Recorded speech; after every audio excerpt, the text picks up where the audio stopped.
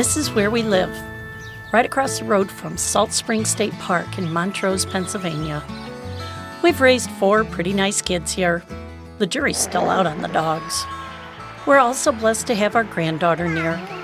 And my father-in-law lives right across the driveway. His family has owned this land for over 100 years. We're all happy and healthy. Not a lot of drama. At least not until a few months ago. We were just watching TV, a documentary called Gasland, and it showed some pretty scary things. Some things I'd never seen before, and then others I'd heard about, like sink water catching on fire. The kids were pretty upset. That film said all these problems were caused by natural gas. You see, we felt blessed just a little while ago when they found natural gas on our property. We could have as many as 10 wells, they said. But this little movie, it could change everything. Is our water going to catch on fire? We've taught our kids by example to tell the truth. So when we saw Gasland, I knew I owed them real, honest answers. If the real answers were scary, then so be it. At least we'd know what we were up against, like the burning water business. Everyone around here knows that it's a natural thing. It's been going on for generations, since long before anyone drilled for natural gas. Yeah, I remember years ago taking a match, lighting it, and throwing it on one of my dad's ponds, and it would light. And that was long before fracking. Somebody told me that even across the road at Salt Springs, they could capture and light the methane that bubbles up naturally. So I thought I'd give it a try.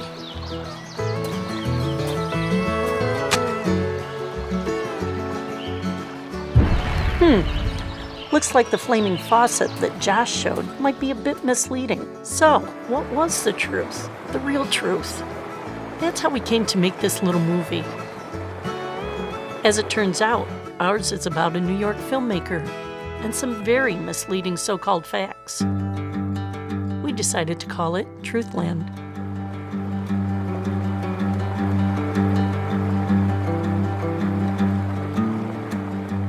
They've already drilled 1 well on our land, and we have crops and cows there too.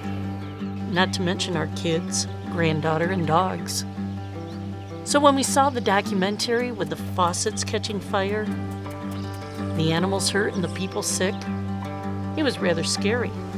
Then again, scary movies aren't necessarily true.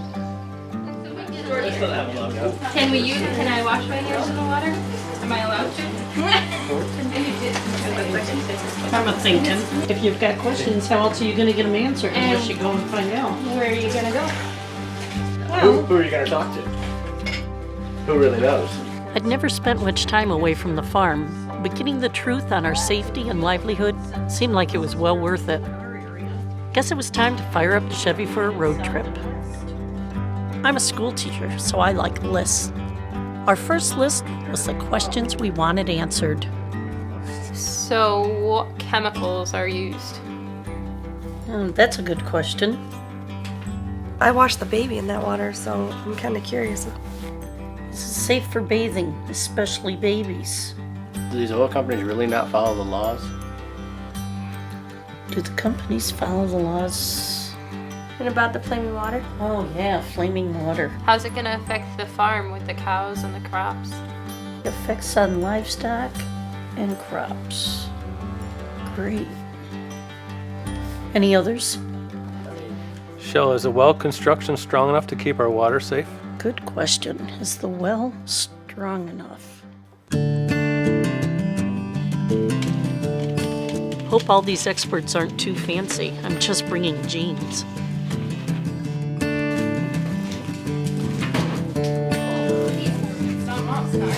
See ya.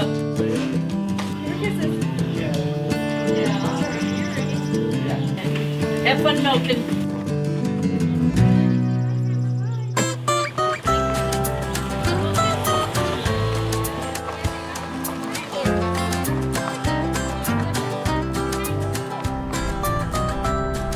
It's so beautiful around here. I really want my grandchildren to be able to play in these ponds and rivers and creeks and to enjoy our natural resources. So if what Gasland said is true, I really wanted to know.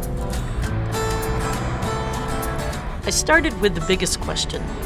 Is the U.S. natural gas industry good or bad? I'd seen one man on TV a lot, John Hanger. He'd even been in the movie Gasland. Up until just a little while ago, he was the secretary of the Pennsylvania Department of Environmental Protection. He seemed like a really smart man, so I went to his office. Until recently, you were the one in charge of keeping the Pennsylvania environment clean. My family and I have a dairy farm in Susquehanna County, and we watched the Gasland movie. And should we have some concerns about this natural gas stuff? Well, the Gasland movie is misleading.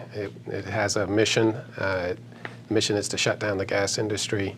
It's very effective at stirring fears. The truth about gas drilling is much more complicated and complex than what was presented in Gasland. Josh Fox and others say the frac fluids, when they go down the hole, come back up and then contaminate people's water wells. That's not the case. We've never had one case of frac fluids going down the gas well, coming back up and contaminating somebody's water well. This is an industrial process. It does need to be properly regulated, indeed strongly regulated, in order to assure safety for those who do host it on their land. And the truth is that gas itself is a much cleaner burning fuel than coal or oil, which are our two main alternatives. I'm not going to suggest to anybody here that gas is perfect. It's not perfect, but we don't have a perfect fuel option. You can't do any industrial process and have zero impact on the environment. If that's the standard, there's going to be no coal, no oil, no natural gas, and no wind, no solar, nothing. Boy, that helped clear up a lot. And he was in charge of protecting the environment. I breathed a little easier about the wells on our farm. While I was near Philly, I also talked to Dr. Joseph Martin. He's a professor of engineering at Drexel University. People really respect what he says. My family and I, we watched the Gasland movie, and according to that, natural gas drilling is going to destroy our water supply. If people are detecting methane in their well, there are a number of sources right on their own property, right under their property, within either on the surface or within 100 feet or so. The question is material migrating from the natural gas well over to that domestic well? Nobody wants to have the methane leave the pipe. The pipe, it comes up the pipe, it is marketed, it is sold, money flows to the energy company, money flows back to the landowner. So nobody is in any way, shape, or manner motivated to pollute the neighbor's well. How does natural gas drilling compare to like coal mining? What is the effect on the environment? The surface impact of this hydrofracking is phenomenally lower than anything you could do. Well, strip mining, of course, takes the entire piece of land we have. So as far as the impact on the surface of the ground, you can't beat it. There's just nothing like it. We have a standard of living. I don't think anybody's really proposed we drop it. And the standard of living was developed long, long ago of central heat. Nobody's come up with a more efficient and non-polluting way to do that than burning natural gas in a little gas furnace in your basement. So as far as safety issues of natural gas drilling, they're minimal. They're minimal. They're at a the risk is for a very short window when they're drilling, and it's under incredible intense scrutiny and tight regulations. So just basically enforce the regulations, control where the water's going, control the runoff, and in a few weeks you close it in, you hydroseed it, and you get the forest back. Fracking. A year ago, I'm not sure I'd ever heard the word. Now it's about all I ever hear. I'm not an engineer, a scientist, or a gas driller. Well, neither is the guy who made Gasland. He lives in New York City and makes movies for a living. I'm just a Pennsylvania mom. I needed to talk to an expert, and everyone led me to the one who first recognized this whole shale business in Pennsylvania. Penn State Professor of Geoscience, Terry Engelder. What is this fracking? Can you tell me a little bit about it? Well, it's a process by which the rock is split so that gas can flow to the surface. Basically, what we think of is that when enough pressure is applied to any internal cavity, the cavity will split, and basically rock splits that way. Now, I've heard when they do the fracturing, they use some chemicals in there. What can you tell me about these chemicals? Well, the water is the primary substance that causes rock to break apart. But in order to get water down in the well fast enough, one of the additives in the water is called a friction reducer. That basically is nothing more than household dish detergent. Have you seen the movie Gasland? And if so, what is your opinion of it? I have seen Gasland, and the flaw is that there's a tremendous amount of innuendo in the movie. The innuendo, of course, is that all of these problems that you see filmed in that movie are a direct result of the gas industry, and in particular hydraulic fracturing. By innuendo, the most famous scene, of course, is a scene at the end of the movie where this guy in northeastern Colorado lights his faucet, and the Colorado Department of Environmental and Conservation has stated just over and over again, this is biogenic methane, that it's unlikely that this has much to do with the gas industry. Do you have any idea about how many wells have been fractured in the U.S.? Well, the industry says that the number is somewhere between 1 million and 2 million wells in the United States. I take it there's been relatively few problems with these 1 million to 2 million wells with the fracturing? The fracturing itself is a process that occurs deep enough in the earth that a Groundwater Protection Council study in 2009 reported no problems over the last 60 years with frac fluid migrating from the reservoir into groundwater. Scientific credentials. I believe him a lot more than I'd believe some New York filmmaker. I wasn't so sure about him saying the chemicals used in fracking were just like dish detergent, so I made a mental note to check that out later, just to be sure. Before I headed south, I thought it might be interesting to get the perspective of the people who rely on natural gas for their livelihood. So I picked a big one, U.S. Steel. Back in 2009, we were both laid off. Things around the area really slowed down. But toward the end of 2009, we got our jobs back because of the natural gas boom. It created our jobs back plus a lot more. Yeah, this whole place runs off natural gas. So responsible natural gas drilling is good for everybody. They buy your pipe and you buy their gas. Yeah, that's the bottom line. On the internet, I found a man named Gary Hansen. He's with the Red River Watershed Management Institute.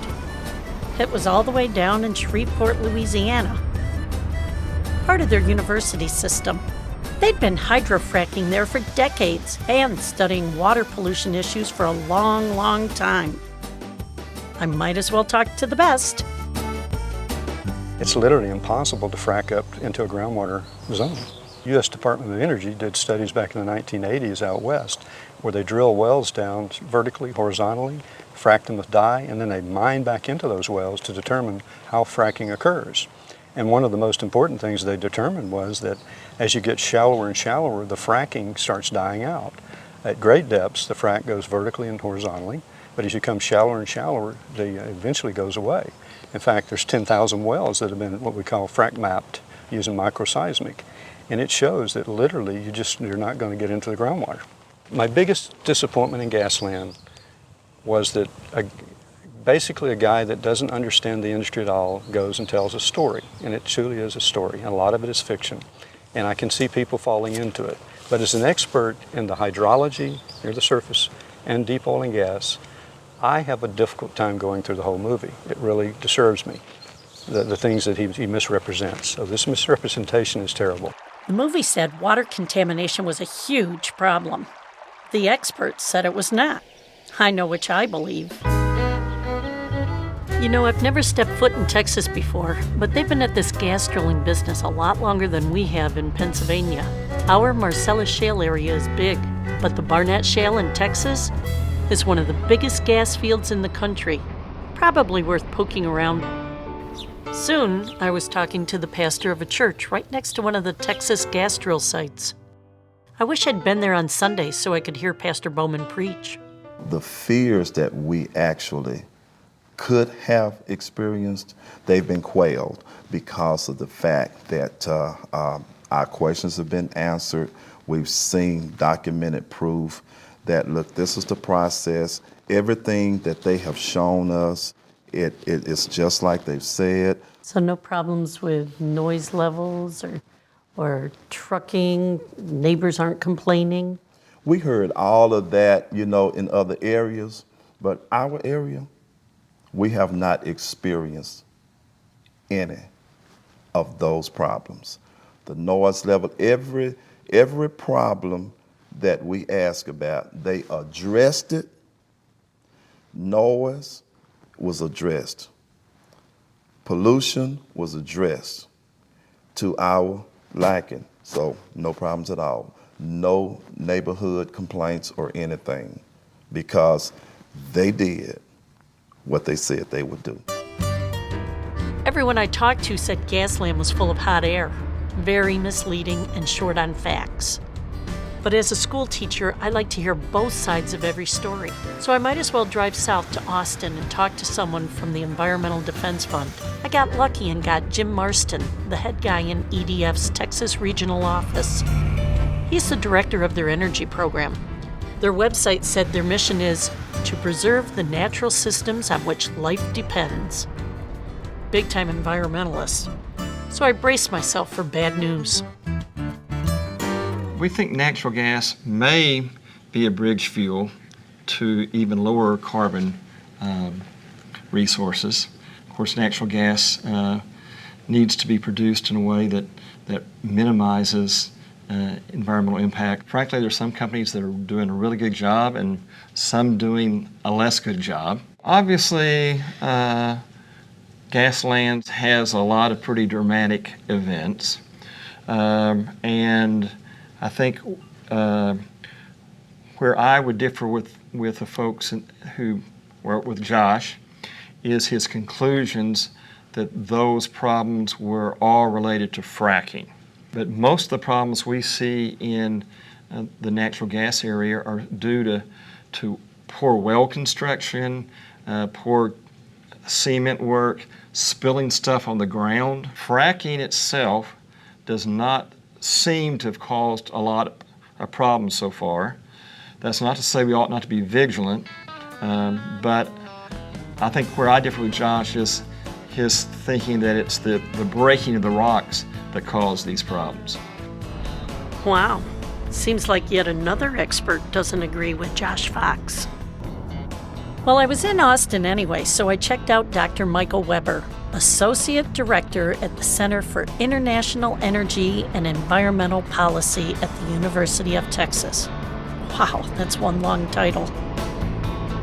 Gasland said fracking used so much water it was depleting water supplies. We don't want to do that, but like every other claim in that movie, it was worth checking out.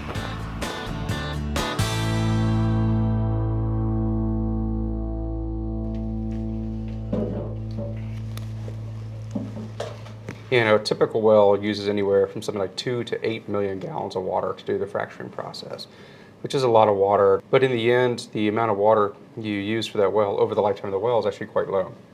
So one of the things we find is that the water quantity requirements for shale gas production is actually lower per unit of energy produced than a lot of other choices like petroleum or coal or nuclear. The demand for energy is going up faster than the rate of population. And that's an American phenomenon and a global phenomenon. And as we come up with solutions that we think work, we have to balance 3 different priorities. We want solutions that are good from a national security perspective, good from an economic perspective, and good from an environmental perspective. And this is a challenge because most fuels and options only satisfy 2 of the 3. And natural gas historically has been considered here and clean, and it used to be abundant, but then we were worried we were running out, and then we were worried that we would have to import some. But today, with an abundance of unconventional resources in the United States, it meets all 3 priorities. It's one of the few options that actually can. This is a unique opportunity. This is a transformational opportunity for the United States and therefore the world. This is the opportunity, so we shouldn't screw it up. I was starving and getting ready for a 1,000-mile trip to Colorado. So I stopped and got some good barbecue before hitting the road again. Bye-bye. We don't get barbecue like this back home.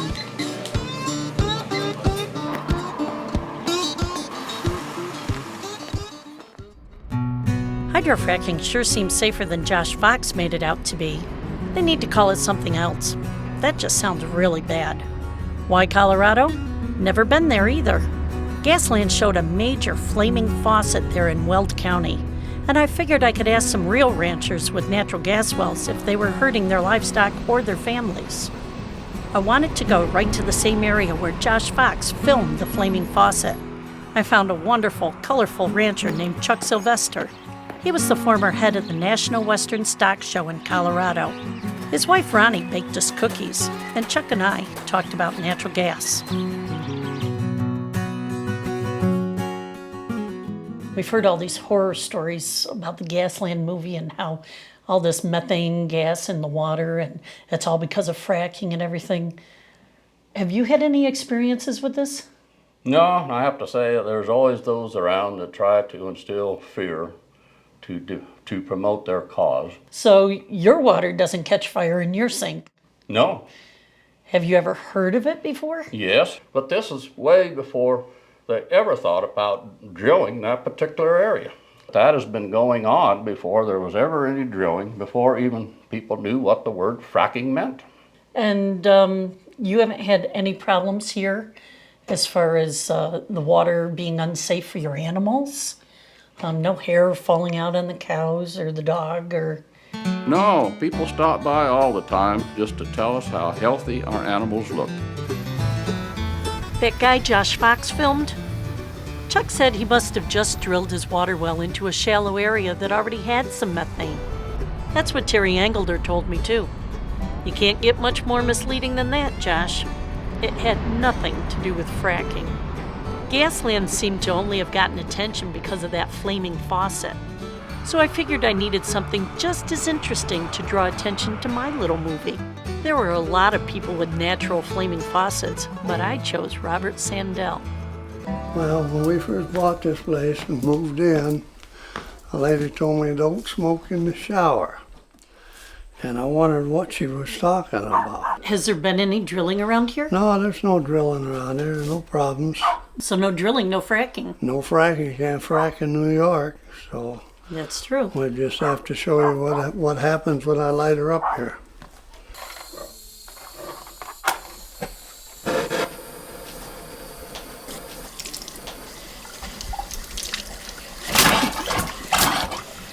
Whoa! That's what happens when you smoke in a shower. Josh Fox. A little town called Dimock is sort of ground zero for the anti-fracking crowd. I've been everywhere else. Thought I might as well go there, look them in the eye, and find out for myself how drilling has affected their lives. So Lauren, I heard the water here in Dimock is really, really bad. Well, yes, it is. I moved in '95, and immediately we noticed some gas in the water, which turned out to be methane, and we always had a high amount of iron in the water as well. And then I heard that they drilled a well and levels went up? Yes, there was some methane migration when they drilled the well up on the hill here. They didn't do such a great job cementing the well, and it caused a little bit of the methane down around 1,500 feet to spread. But the gas company took care of the problem. Yep, they came back, pumped more cement in last October, and since then the levels have gone down, and now they're back down to normal. So what's the problem now?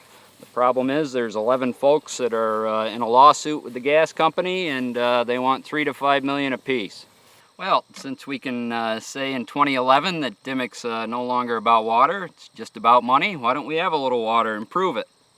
Here's some consent order water from one of the 18 affected wells in Dimock. Thank you. You're welcome. Cheers. Dimock was more or less dead, and the whole Northeast was suffering because there wasn't many jobs around available. The gas companies come in, made a lot of extra jobs for the people that were unemployed, saved a lot of farms around the community, mine included. I owed a lot of money to banks, and the royalties helped pay off the notes. How are the companies to get along with? Most of them are pretty easy to get along with. They worked with you pretty good. I'm glad the wells in Dimock are okay, but it still sounds a little scary that someone didn't put the right amount of cement in there to start with. I wonder what the real protections are between gas, frac fluid, and our water. I asked someone in our landowner group about it, and he suggested I check with Scott Roberts. He just retired from Pennsylvania's Department of Environmental Protection. I got a hold of him, and he told me some folks were getting ready to prove the strength of a well casing by setting off some big explosives inside of it. He told me to come on down and see for myself, so I figured I'd go check it out.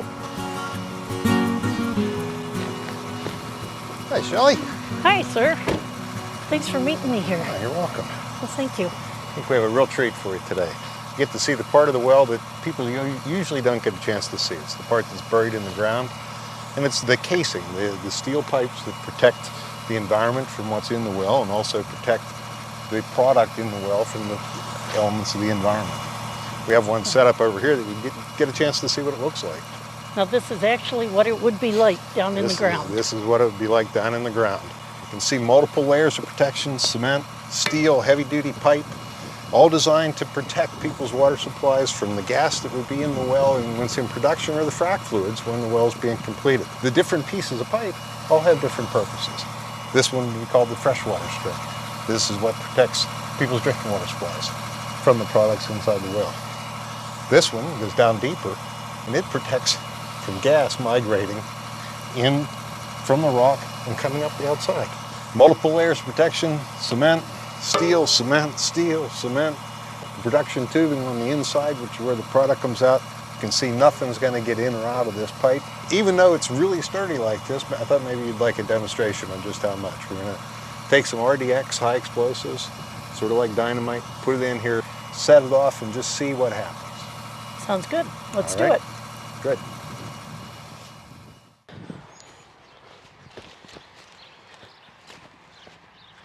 All right, here we go.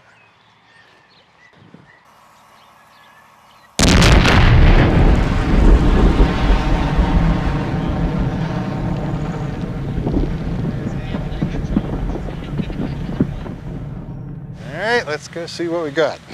Great. Yeah, I don't think it did much, I bet. Well, it will be interesting. Yes, it will. Here it comes out.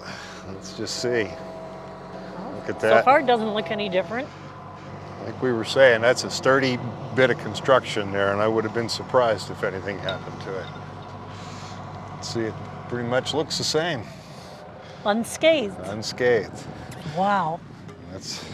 That's a good example, a good demonstration of why people are safe from the natural gas drilling process.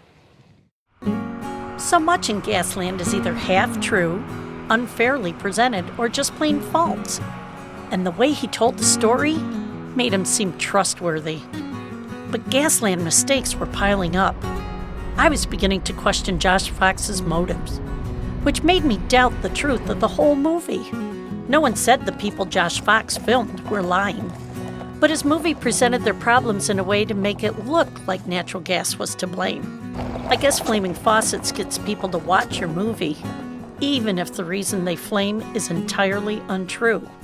So many people believe Josh. I was really glad to be going home, and even more happy to be bringing good news. The real truth about Gasland.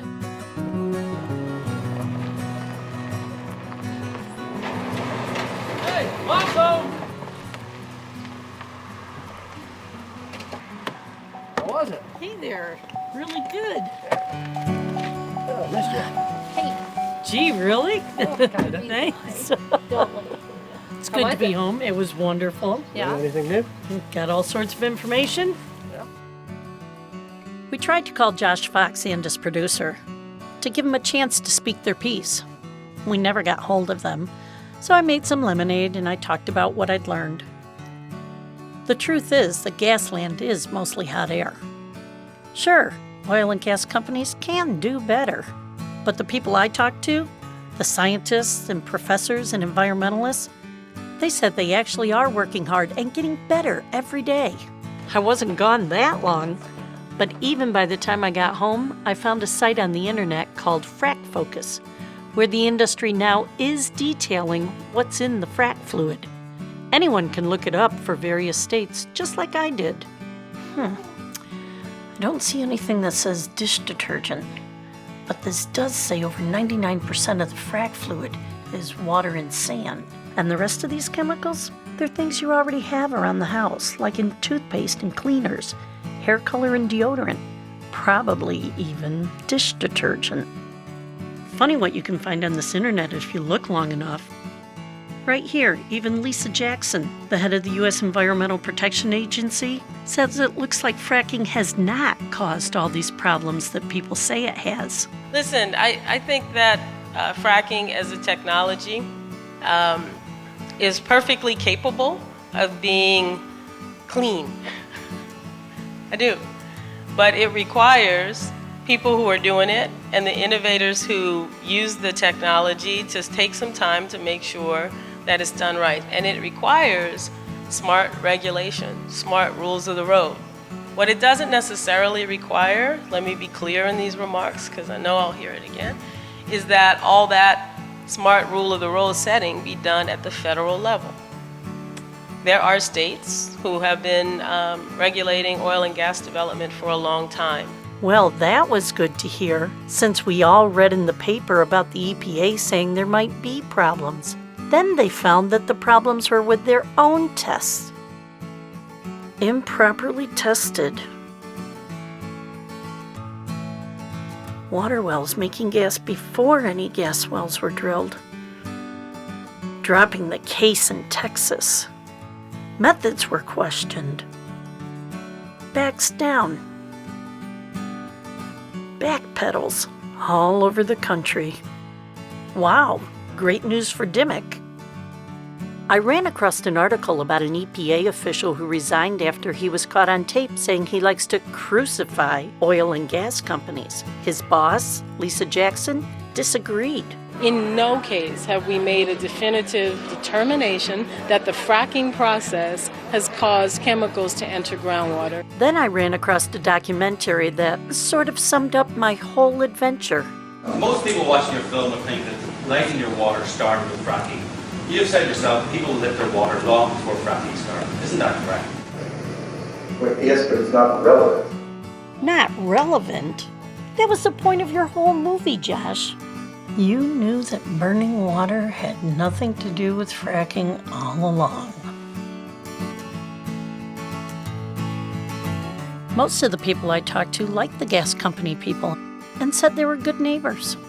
And the truth is, until solar and wind can help out more, natural gas seems like something we gotta have. The problem with documentaries like Gasland is that people get confused. They're scared. And if you get enough people scared, you can get a contract for a sequel, just like Josh did from HBO. I'm a mom. My husband Phil and I have taught our kids to respect the truth by telling it ourselves.